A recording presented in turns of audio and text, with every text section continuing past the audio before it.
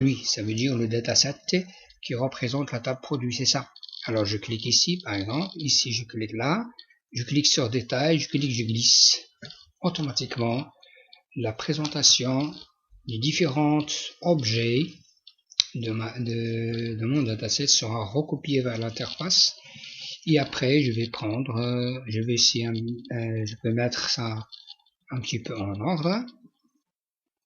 Par exemple, je vais prendre ces 5 éléments-là, je vais le mettre en haut, je vais les superposer comme ça pour avoir la présentation un peu élégante.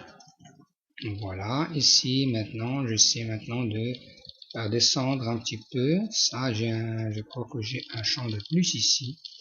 J'ai une zone de plus, oui. Voilà. Maintenant, alors maintenant, j'insère des boutons de commande pour gérer mon interface. Maintenant, pour gérer mon interface, je dois insérer les boutons de commande. Je vais aller vers votre outil, donc, et je cherche l'objet bouton.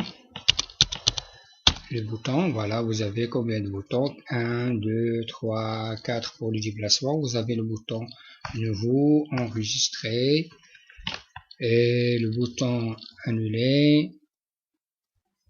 Voilà. Voilà, je vais prendre les boutons déplacement, les 4 boutons déplacement. Voilà. Ça, après vous avez ici le bouton nouveau, bouton annuler. Ici, je cherche le bouton enregistrer. Voilà. Le bouton enregistrer si vous voulez. Voilà. Et après, vous avez le bouton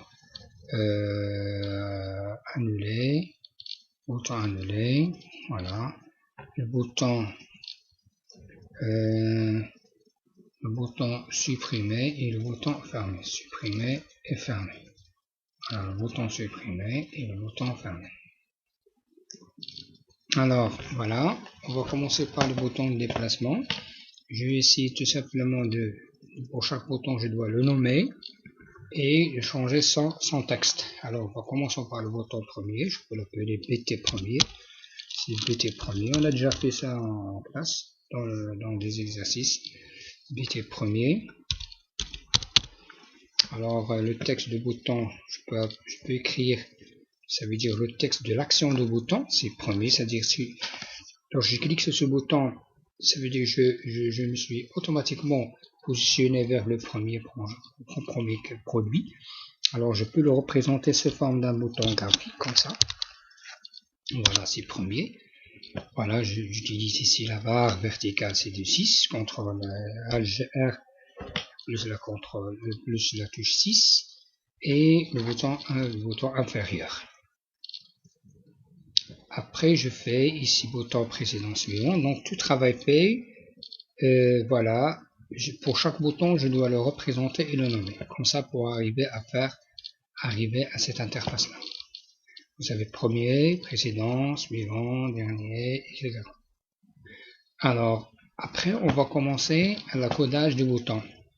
Alors, je clique sur le premier bouton et je dois écrire ça. Ce code-là, ce que ça veut dire? Le code binding sur produit, sur le nom de dataset, sur le produit, objet produit binding source.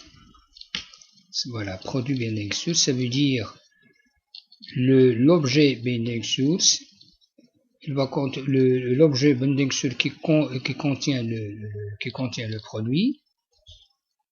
Dans cet objet-là, je dois me déplacer vers le premier enregistrement.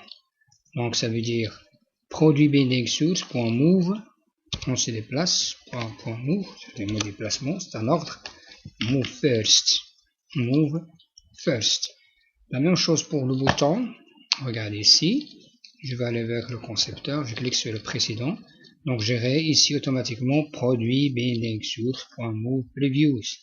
Pour le bouton suivant, regardez pour le bouton suivant, vous avez produit binding source.move next, produit binding source.move last pour le dernier. Alors après je clique sur le menu démarrer pour tester, si vous voulez, pour tester la fonction de ce bouton là. Alors voilà, j'attends un petit peu comme ça pour que, voilà, regardez, lorsque je clique sur le bouton, j'aurai automatiquement le déplacement vers le premier enregistrement, dernier fichier, c'est-à-dire fiche produit, produit précédent, produit suivant. Voilà. Alors voilà, merci, et dans le prochain vidéo, on va essayer de coder les autres boutons, nouveau, enregistrer, annuler, supprimer, et ainsi de suite.